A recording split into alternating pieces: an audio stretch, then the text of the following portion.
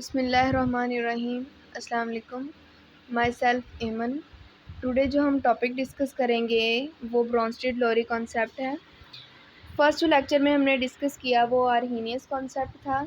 अब acid basis and salt का second lecture है ये ब्रोंस्टेड-लोरी कॉन्सेप्ट। ब्रोंस्टेड-लोरी कॉन्सेप्ट जो है 1923 में दो साइंटिस्ट थे, दो केमिस्ट थे, केमिस्ट ब्रोंस्टेड और केमिस्ट लोरी। इन दोनों ने क्या किया था, थ्योरीज ऑफ एसिड और बेसिस पे इंडिपेंडेंटली वर्क किया था और इन्होंने इसको किस बेस पे दिया था, प्रोटॉन ट्रांसफ़र की बेस पे उन्होंने इस कंसेप्ट को एक्सप्लेन किया था 1923 में। According to this concept, acid is a substance that can donate a proton to another substance. यानी उन्होंने कहा कि एसिड एक ऐसा सब्सटेंस है जो क्या करता है, दूसरे सब्सटेंस को एक प्रोटॉन डोनेट करता है। अगर कोई भी सब्सटेंस दूसरे सब्सटेंस को प्रोटॉन डोनेट करे तो वो एसिड है। अगर एक सब्सटेंस दूसरे सब्सटेंस से प्रोटॉन एक्सेप्ट करे तो वो बेस है। ये इसने कंसेप्ट दिया था, प्रोटॉन ट्रांसफ़र की बेस पे इसने ब्रोंस्टेड-लोरी कंसेप्ट को पेश किया था। For example, HCl act as an acid और ammonia act as an base. HCl और अमोनिया का रिएक्शन करवाया तो इसमें हमारे पास अमोनियम आयन और क्लोराइड आयन आया, HCl प्लस अमोनिया। HCl हमारे पास अब एसिड है और अमोनिया हमारे पास बेस है। अमोनिया ने क्या किया, आयन को एक्सेप्ट किया और क्लोरीन हाइड्रोक्लोरिक एसिड ने क्या किया, आयन को दे दिया। तो उन्होंने क्या कहा था कि which can donate a proton. HCl donate कर रहा है अपना हाइड्रोजन, तो वो क्या होगा, एसिड। और अमोनिया क्या कर रहा है, प्रोटॉन एक्सेप्ट कर रहा है, तो अमोनिया क्या है हमारे पास, बेस। इसी तरह जब HCl वाटर में डिज़ोल्व होता है तो HCl हमारे पास एसिड एक्ट करता है और वाटर हमारे पास एज अ बेस एक्ट करता है। HCl इसलिए एसिड एक्ट करता है क्योंकि क्लोरीन जो है वो हाइड्रोजन ट्रांसफ़र कर देती है, वो वाटर के साथ आगे अटैच हो जाता है, वाटर एक्सेप्ट कर लेता है प्रोटॉन, H3O पॉजिटिव बन जाता है और Cl जो है वो सेपरेट रह जाता है। ये रिवर्सेबल रिएक्शन है, ठीक है, ये रिवर्स भी हो सकता है।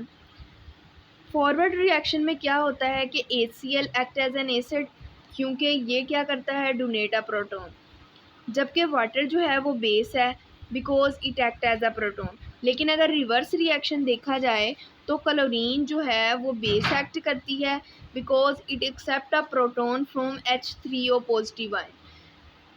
क्या होता है कि जो क्लोरीन है वो H3O पॉजिटिव आयन से एक प्रोटॉन जो है वो एक्सेप्ट करती है, तो इसलिए इसको हम क्या बोलेंगे, conjugate base of acid HCl। और H3O पॉजिटिव आयन को हम क्या बोलेंगे, conjugate acid of base H2O। अब देखिए कॉन्जुगेट कंसेप्ट हमारे पास क्या है। It means every acid produce a conjugate base and every base produce a conjugate acid such that there is a conjugate acid base pair. कि हर acid जो है वो कॉन्जुगेट बेस प्रोड्यूस करता है और हर बेस जो है वो कॉन्जुगेट एसिड प्रोड्यूस करती है, इसलिए हम इसको कॉन्जुगेट एसिड बेस पेयर बोलते हैं। कॉन्जुगेट का मतलब क्या है कि join together as a pair, join होना इकट्ठे as a pair. Conjugate acid हमारे पास ऐसी स्पीशी है जो बेस के ज़रिए एक प्रोटॉन क्या करती है, एक्सेप्ट करती है। कॉन्जुगेट एसिड क्या है, बाय एक्सेप्टिंग कैसे बनती है, by accepting a proton by a base. इसी तरह कॉन्जुगेट बेस हमारे पास क्या होगी, एक ऐसी स्पीशी है जो फॉर्म्ड होगी by donating a proton by an acid. Thus conjugate acid base pair differs from one another only by a single proton। एक सिंगल प्रोटॉन के ज़रिए ये दोनों जो हैं वो एक दूसरे से डिफरेंट होंगे। कौन कौन से, कॉन्जुगेट एसिड और कॉन्जुगेट बेस। ये देखें हमारे पास एग्जांपल है एसिटिक एसिड प्लस वाटर, और हमारे पास एसिटिक एसिड जो है उसने प्रोटॉन जो है वो डोनेट कर दिया वाटर को, वाटर हमारे पास H3O पॉजिटिव आयन बन गया और जो एसिटिक एसिड है वो हमारे पास प्रोटॉन डोनेट करके CH3COO नेगेटिव आयन बन गया। इसी तरह उन्होंने कहा है अकॉर्डिंग टू ब्रोंस्टेड-लोरी कॉन्सेप्ट, एसिड और बेस जो है हमेशा जो है टुगेदर काम करते हैं। प्रोटॉन जो है वो इकट्ठे ट्रांसफ़र करते हैं। इसका मतलब ये है कि एक सब्सटेंस जो कि एसिड एक्ट करता है, प्रोटॉन को डोनेट करता है, when another substance simultaneously behaves as a base, कि एक सब्सटेंस जो है उसी वक्त एसिड जो है वो एक्ट करता है जब दूसरा सब्सटेंस उसी ही वक्त बेस का बिहेव करता है। Proton donor equal proton acceptor, जब प्रोटॉन डोनेट होगा उसी टाइम प्रोटॉन एक्सेप्ट होगा। अच्छा जी, a substance act as an acid as well as a base depending upon the nature of other substance, कि दोनों प्रोसेस जो हैं वो साइमल्टेनियसली होने चाहिए, एट अ टाइम होंगे तो जो सब्सटेंस है वो बेस एक्ट करेगा और दूसरा जो है वो एसिड एक्ट करेगा। For example, water act as a base when it reacts with HCl। Water एक बेस है जब इसने क्या किया, HCl के साथ रिएक्ट किया। और HCl जो है वो एक एसिड है when it reacts with ammonia. Example देख लेते हैं, HCl प्लस अमोनिया। HCl हमारे पास ब्रोंस्टेड-लोरी एसिड है और अमोनिया हमारे पास बेस है। तो हाइड्रोक्लोरिक एसिड HCl ने हाइड्रोजन डोनेट किया तो हमारे पास Cl नेगेटिव बच गया। ये हमारे पास क्या है, कॉन्जुगेट बेस, मतलब एसिड ने कॉन्जुगेट बेस प्रोड्यूस किया और अमोनिया बेस ने कॉन्जुगेट एसिड अमोनियम प्रोड्यूस किया। इसी तरह सल्फ्यूरिक एसिड है, इसने एसिड है तो इसने बाइसल्फेट एक बेस कॉन्जुगेट बेस प्रोड्यूस की और वाटर ने हमारे पास कॉन्जुगेट एसिड प्रोड्यूस किया, हाइड्रोनियम आयन। और नाइट्रिक एसिड है, उसने मेथनॉल के साथ मिलकर, एसिड था नाइट्रिक एसिड, तो नाइट्रिक एसिड ने हमें नाइट्रेट दिया कॉन्जुगेट बेस और मेथनॉल ने हमें मेथनोलियम दिया conjugate acid. Acetic acid water के साथ मिलता है तो एसीटेट और हाइड्रोनियम आयन आते हैं और एसिटिक एसिड ने हमें कॉन्जुगेट बेस दी एसीटेट और वाटर ने हमें कॉन्जुगेट एसिड दिया हाइड्रोनियम। ये थी इसकी एग्जांपल्स। अब हम देखते हैं एम्फोटेरी क्या होता है। ऐसा substance which can act as acid as well as a base, जो एसिड की तरह भी एक्ट करे और एज वेल एज बेस भी एक्ट करे तो उसको हम क्या बोलते हैं, amphoteric. There are certain substance which behaves as acid though they do not have ability to donate a proton is that SO3। उन्होंने कहा कि अब इसमें थोड़ी सी ये हुआ कि कुछ सब्सटेंस ऐसे थे जो एसिड तो बिहेव करते थे बट इनमें इतनी एबिलिटी नहीं थी कि वो पूरे प्रोटॉन को डोनेट कर सकें। तो ऐसे सब्सटेंस को इसमें डिस्कस नहीं किया गया तो ये इसकी लिमिटेशंस में आ जाएगा।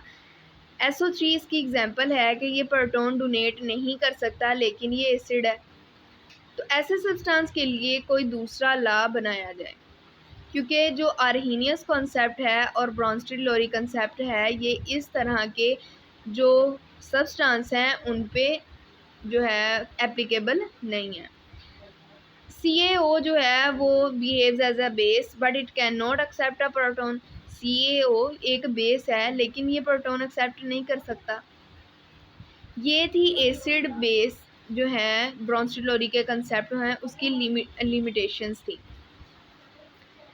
लिमिटेशंस उसमें और भी हैं कुछ। It fails to explain the reactions between acid oxides and basic oxides because there is no proton transfer in this type of reaction. उन्होंने कहा है कि ये जो रिएक्शन है ब्रोंस्टेड-लोरी कंसेप्ट है ये फेल हो गया, किस लिए, एसिड ऑक्साइड्स और बेसिक ऑक्साइड को एक्सप्लेन करने में, कि ना इसने एसिड ऑक्साइड को एक्सप्लेन किया ना इसने बेसिक ऑक्साइड को एक्सप्लेन किया, बिकॉज क्योंकि there is no proton transfer in this type of reaction, कि इस टाइप के रिएक्शंस में प्रोटॉन ट्रांसफ़र नहीं होता। सेकंड है, it fails to recognise the acidic nature of proton less compound. Acidic nature को पहचानने से भी फेल हो गया ये वाला जो कंसेप्ट था। इसकी एग्जांपल है AlCl3, FeCl3 एंड BF3। बहुत से कंपाउंड ऐसे हैं जो प्रोटॉन ट्रांसफ़र नहीं करते, ना ही प्रोटॉन एक्सेप्ट करते हैं। तो वो ना एसिड में आते हैं, ना ही बेस में आते हैं, वो एम्फोटेरिक कंपाउंड हैं। और कुछ ऐसे हैं जो एक्सेप्ट करते हैं प्रोटॉन, लेकिन वो एसिड नहीं है। इसी तरह ब्रोंस्टेड लोरी कंसेप्ट जो है वो लिमिटेड जो है कंपाउंड उन पर एप्लीकेबल होता है, क्योंकि इसकी जो बेस है ओनली प्रोटॉन ट्रांसफ़र पर है। कुछ जो प्रोटॉन ट्रांसफ़र करते हैं, कुछ प्रोटॉन ट्रांसफ़र नहीं करते। जो डोनेट करते हैं वो एसिड है, जो डोनेट नहीं करते हैं वो बेस है। बट बाकी जिनमें प्रोटॉन ट्रांसफ़र नहीं होता उनका इसमें कोई भी रोल नहीं है। तो ये जो थ्योरी है वो फेल होगी एसिड ऑक्साइड और बेसिक ऑक्साइड को एक्सप्लेन करने में।